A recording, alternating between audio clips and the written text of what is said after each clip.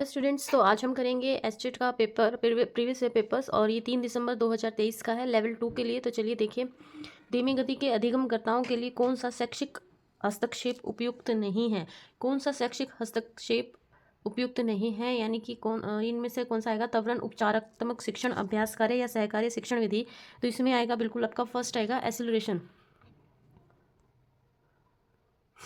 इसके बाद है क्वेश्चन नंबर सेकंड, निम्नलिखित में से कौन सी विशेषता पियाजे द्वारा प्रतिपादित संज्ञानात्मक विकास सिद्धांत की मूर्त संक्रियात्मक अवस्था से संबंधित नहीं है।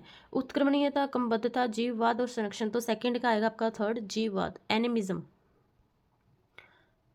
इसके बाद है क्वेश्चन नंबर थर्ड, एक अधिगम कठिनाई जो बच्चे के लिए वर्णों और शब्दों में अंतर करने में समस्या उत्पन्न करती है, क्या कहलाती है।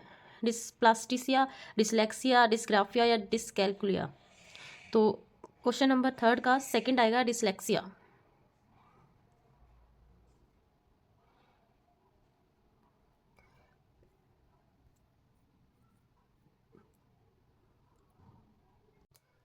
इसके बाद है क्वेश्चन नंबर फोर, जब एक बच्चे द्वारा सीखा जाने वाला पाठ लंबा और कठिन हो और उसमें समझ की जरूरत भी हो तो सीखने की कौन सी विधि उपयुक्त होगी। तो बताइए क्वेश्चन नंबर फोर का फर्स्ट, विराम विधि, पूर्ण विधि, अविराम विधि या प्रासंगिक विधि। तो इसमें आएगा विराम विधि, स्पेस्ड मेथड। क्योंकि पाठ जो है लंबा और कठिन है और उसमें समझ की ज़रूरत भी अधिक है, तो आराम आराम से स्पेस्ड मेथड से आप उसको समझाइए, ठीक है। इसके बाद है समावेशी शिक्षा क्या होती है। सामाजिक रूप से वंचित बच्चों के लिए शिक्षा, दिव्यांग बच्चों के लिए शिक्षा, या सामान्य और दिव्यांग बच्चों के लिए शिक्षा, या सभी बच्चों के लिए शिक्षा।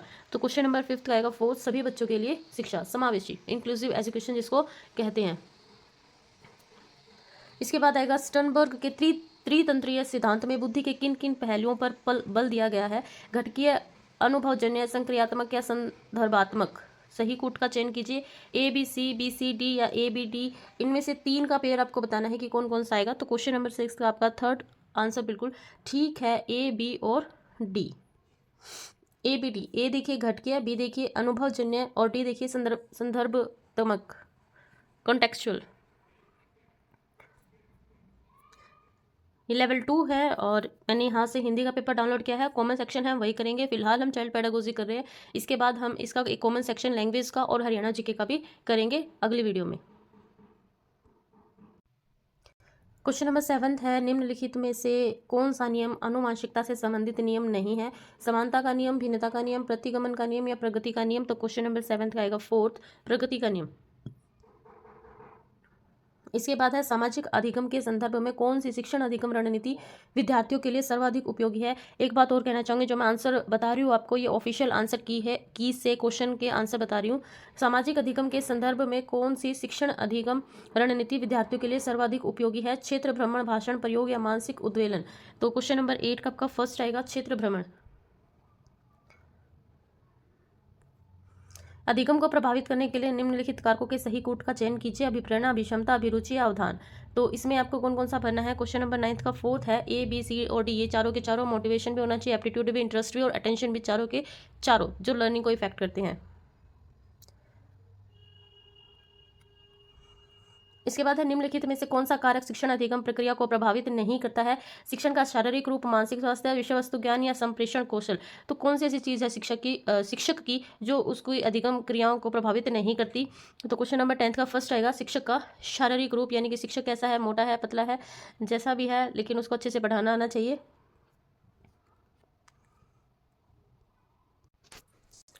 इसके बाद क्वेश्चन नंबर 11, निम्नलिखित में से कौन सा विकास का सिद्धांत नहीं है। विकास आनुवंशिकता और पर्यावरण का उत्पाद है। विकासात्मक पैटर्न पूर्वानुमेय होता है।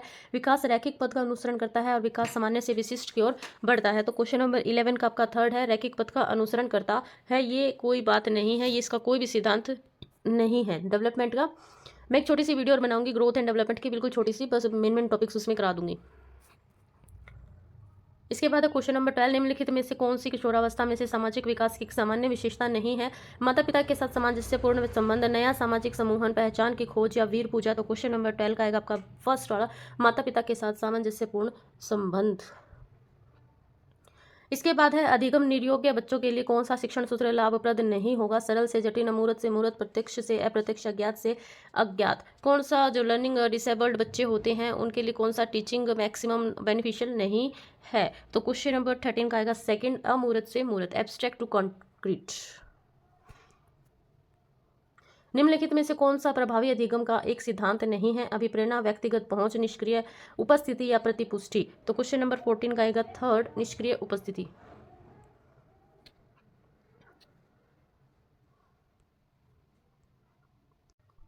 क्वेश्चन नंबर 15 है, निम्नलिखित में से कौन सा बुद्धि का एक क्रियात्मक परीक्षण नहीं है? को का ब्लॉक डिजाइन परीक्षण, अलेक्जेंडर का पास एलोंग परीक्षण, स्केन फॉर्म बोर्ड परीक्षण या स्टेनफोर्ड बिने परीक्षण। तो क्वेश्चन नंबर 15 का आपका फोर्थ आएगा स्टेनफोर्ड बिने परीक्षण।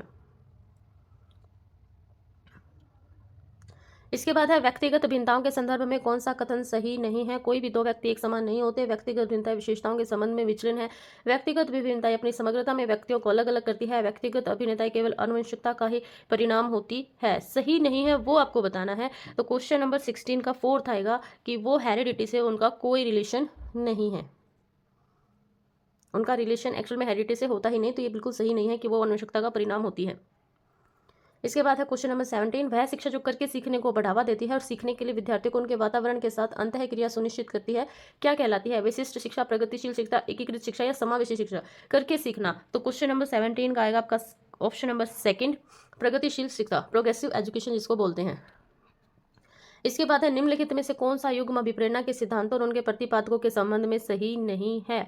तो बताइए। एक चीज़ और, जब आपको ये सही नहीं है यानी कि कुछ चीज़ें सही भी बता रहा है, तो वहाँ से आपको और भी चीज़ें सीखनी चाहिए। जैसे यहाँ पर है, इसमें कुछ सिद्धांत दिए हैं, उनके प्रतिपादक इसने बताए हैं कि मूल प्रवृत्ति सिद्धांत एटकिंसन का है, आवश्यकता पदानुक्रम सिद्धांत मैस्लो का, प्रणोद सिद्धांत वुडवर्थ का, उपलब्धि अभिप्रेरणा सिद्धांत मैक्लीलैंड का। तो इनमें से कौन सा सही नहीं है? तो क्वेश्चन नंबर 18 का फर्स्ट है, मूल प्रवृत्ति सिद्धांत एटकिंसन का। तो इनमें से आप देखिए जो सही है वो पढ़ लीजिए। आवश्यकता जो पदानुक्रम सिद्धांत है वो किसका है जी? मैस्लो का है। प्रणोद सिद्धांत किसका है? वुडवर्थ का, यानी कि यहाँ से हिंदी में पढ़ेंगे, इंग्लिश में पढ़ेंगे। ड्राइव थ्योरी किसकी है? वुडवर्थ की है। अचीवमेंट मोटिवेशन किसका है? मैक्लीलैंड का है। और ये तीन बिल्कुल ठीक हैं, तो ये आप पढ़ सकते हैं। इसके बाद नेक्स्ट क्वेश्चन देखिए,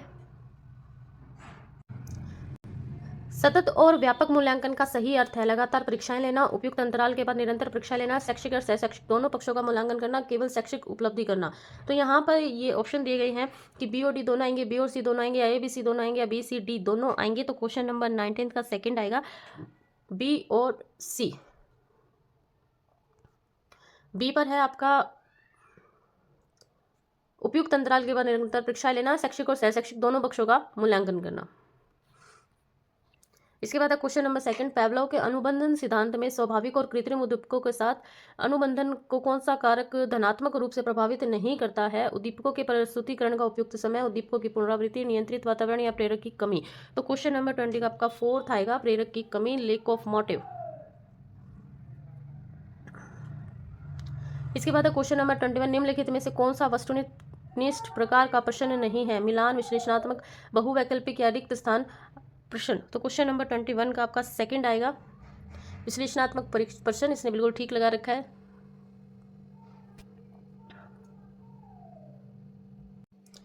इसके बाद क्वेश्चन नंबर 22, प्याजे के नैतिक विकास सिद्धांत के अनुसार किशोर अवस्था है नैतिक यथार्थवाद की अवस्था, बाधिक नैतिकता की अवस्था, या प्रायत नैतिकता की अवस्था, या स्वायत्त नैतिकता की अवस्था।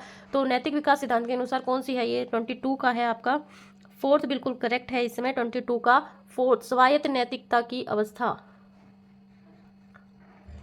इसके बाद है 23, दृष्टिबाधित विद्यार्थियों के लिए कौन सी शिक्षण सहायक सामग्री उपयोगी नहीं होती है? ब्रेल सामग्री, बोलती किताबें, फिल्म स्ट्रिप्स या उभरे हुए मानचित्र। तो देखिए उपयोगी नहीं बताना है आपको, जिनको दिखता नहीं उनके लिए। ब्रेल तो बिल्कुल उनके लिए होता ही है, बोलती किताबें भी हो सकता है क्योंकि उनको सुनता तो सही है लेकिन वो देख नहीं सकते। तो 23 का आपका जो आएगा वो आएगा जिसका थर्ड, फिल्म स्ट्रिप्स, यानी कि वो फिल्म कैसे देखेंगे, तो यही आएगा 23 का थर्ड।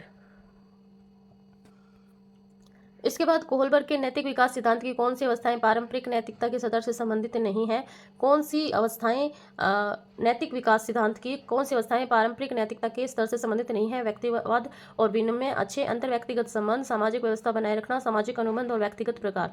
तो कौन सा है भाई? इसमें कौन सा आएगा? देखिए नीचे दिए गए ऑप्शन ए और बी, बी और सी, ए और डी और सी और डी। तो ये है आपका क्वेश्चन नंबर 24 और क्वेश्चन नंबर 24 का आंसर है क्वेश्चन ऑप्शन नंबर 2, बी और सी। तो बी में देखते हैं अच्छे अंतर्व्यक्तिक संबंध और सी में है सामाजिक व्यवस्था बनाए रखना। इसके बाद देखिए क्वेश्चन नंबर 25, निम्नलिखित में से कौन सा कारक पर्यावरण कारकों के अंतर्गत बच्चों के विकास को प्रभावित नहीं करता? कौन सा कारक पर्यावरण कारकों के अंतर्गत बच्चों के विकास को प्रभावित नहीं करता? पोषण, गर्भावस्था के दौरान मां का मानसिक तनाव, दुर्घटनाएं या अंतःस्रावी ग्रंथियां। तो क्वेश्चन नंबर 25 का आएगा फोर्थ, एंडोक्राइन ग्लैंड्स।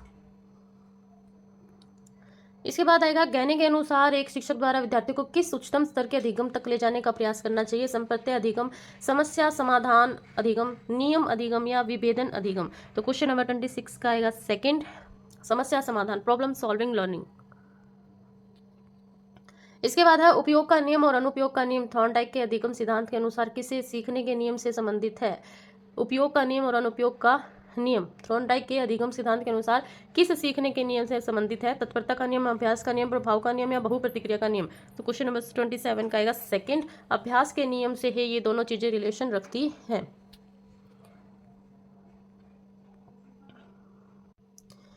इसके बाद है किशोर अवस्था में स्वीकृत सामाजिक व्यवहार पैटर्न के लिए सही कूट का चयन कीजिए। नेतृत्व कुशलता, प्रानुभूति, अहम केंद्रिता या रूढ़िवादिता। A B B D A B C और ACD। तो 28 का आएगा हमारे पास बिल्कुल ऑप्शन नंबर फर्स्ट, नेतृत्व कुशलता और प्रानुभूति, क्योंकि A और B आएंगे ना दोनों। इसके बाद आएगा किस मनोवैज्ञानिक के अनुसार बच्चों के संज्ञानात्मक विकास में सामाजिक और सांस्कृतिक कारकों की भूमिका महत्वपूर्ण होती है? वागोत्स्की, पियाजे, ब्रूनर या हल? वागोत्स्की, पियाजे, ब्रूनर और थॉर्नडाइक, ये सब बहुत ज़्यादा पूछे जाते हैं इनमें। तो 29 का आएगा फर्स्ट, वागोत्स्की। इसके बाद आता है अवधान और चिंतन जैसी मानसिक प्रक्रियाओं के द्वारा सीखना कहलाता है। Learning through mental processes like attention and reflection. Attention, अवधान और चिंतन और रिफ्लेक्शन, इनके द्वारा सीखना क्या कहलाता है? तो क्वेश्चन नंबर 30 का थर्ड आएगा, संज्ञानात्मक कॉग्निटिव लर्निंग। ठीक है जी। और दोबारा से मैं रिपीट कर देती हूँ कि सारे आंसर मैंने ऑफिशियल आंसर की से लिए हैं। ठीक है, और इसके बाद हम हिंदी, इंग्लिश और हरियाणा जीके का एक कॉमन सेक्शन और करेंगे पेपर 2023 का ही।